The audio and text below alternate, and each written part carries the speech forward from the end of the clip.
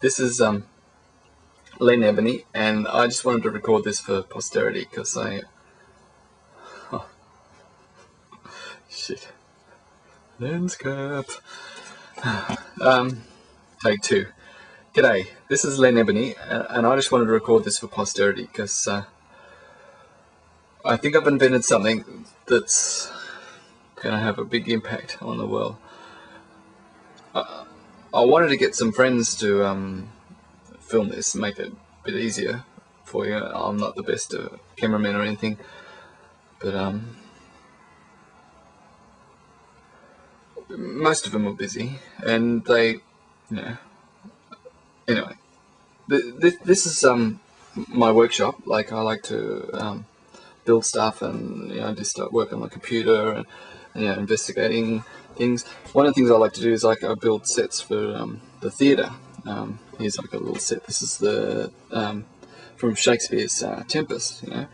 Got like a little moving wall there, and this is for a local theatre group. And people go boop, boop, boop, boop, up there, and Prospero comes out of his cave. What are you doing here? And that sort of stuff. If you're trying to light the stage, you've got issues like where there's going to be like shadows and where you want the light to go in one area but not in another area. The spill is one of the worst things. So the strangest things about light is, light, it's a particle except for when it's a wave, and then it's a wave except for when it's a particle, and some people think maybe it's both at the same time. I worked with this theatre director, and his name was Arnie, and he loved having in the theatre you have the set and people acting and stuff, and they come out and they do all that, but scene change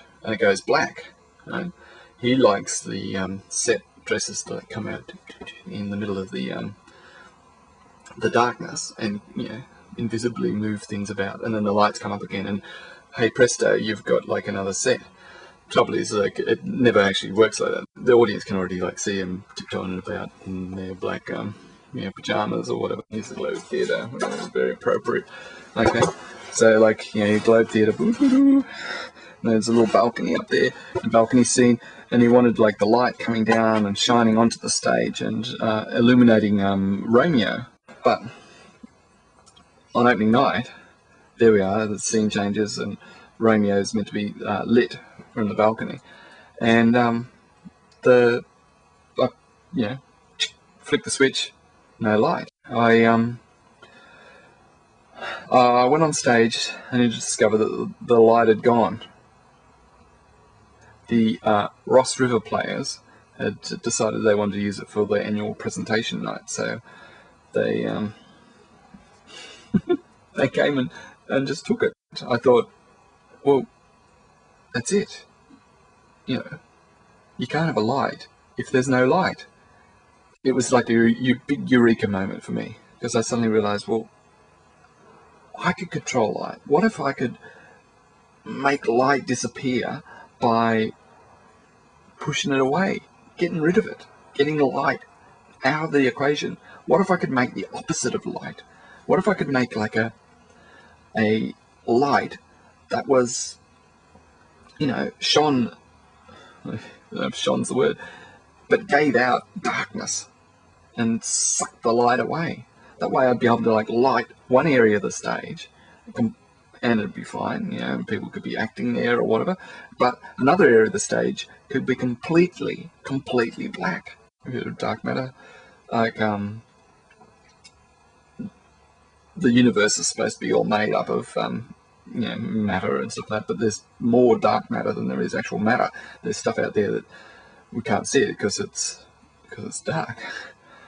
So I worked out a scheme of maybe I could actually capture dark matter somehow and shoot it out onto the stage, onto the sets and stuff.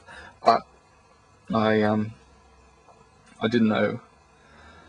Well, seeing that scientists had never actually captured any dark matter, so I decided to investigate a little bit more, and I was having one of those moments. Hang on, I'll turn this off so I can go out and show you my TARDIS, where sometimes helps me think. I suppose you'd call this a recreation. I had a crystal, because they focus energy, right? And with the crystal and my sonic screwdriver, I was trying this, right? Just focusing light, ultraviolet light, through the crystal, seeing if that would work, you know? They'd make it dark. Would they make it dark? They'd make it dark. No. I suddenly remembered that there were these American guys who worked out a way of reducing car noise so you can hear your stereo better. What they did was they got little mics on the bottom of the car and on the outside that were recording the road noise and the wind noise and getting the frequency of that and amplifying it back onto the sound, so the two waves, the wave that the sound was making and the wave that was being reflected back, hit each other and cancelled each other out. Okay, here we are, look, here's the sun. This is being projected live from NASA. That's all we see. We see like the light coming from there. But look, listen to this. Can you hear that? Like, maybe turn it up. That's the sound of the sun. And the whole planet is being lit by this thing, right? So that all that light that's hitting us has a frequency, right? So, so these lights, they give off like a frequency too, okay? So I thought I'll start small. I'll start with this idea. I recorded the frequency of a fluorescent light. Here it is. This is the bit where you're not going to believe me, okay? I don't know if you noticed, I'm probably like a little bit of a Doctor Who fan, okay? But amazingly, one of these things, right, I thought, just as a joke, wouldn't it be funny, right, if his sonic screwdriver, right, it's got a frequency too. It's not that far removed from the frequency of the light, right? What if this frequency, if I could boost that somehow, right, then I might be able to make the same frequency that cancels out the fluorescent light. Right. Now see, what I did was, I needed a speaker to boost the sound in this, right? This hasn't got a very big speaker in it. This guy here has got a bigger speaker. Listen. Yeah. So, I used the speaker that's in here. I didn't want to break it, so I left it in there. I connected it up to the frequency here, which I reckon is about the same. Right? And when I did that, and combined that with this, right? You've got to see. Hang on. Have a look. Here's the fluoro light. Right? Here's the sonic screwdriver. Now watch this.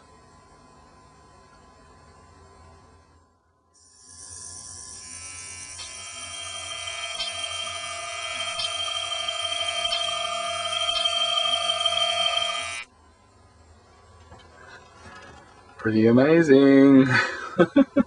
Okay, so what I'm going to do, or what I realized I had to do, was just get one of these guys with a speaker, my sonic screwdriver, and some sort of transmitter that will amplify the noise. So I was looking for a bigger transmitter. Alright, so hang on. Now, all I needed was a bigger transmitter. Look, just near my house. So right, we're going for a ride. You alright with that? Sure thing. Right, you buckle in? Let's go.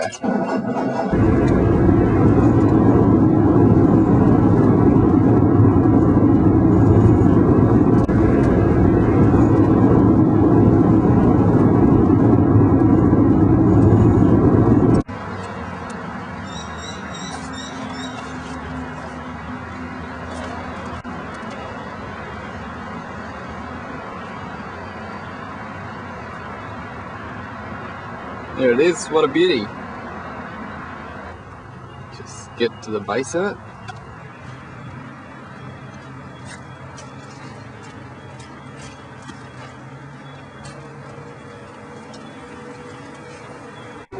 Run that wire from there, that in there, and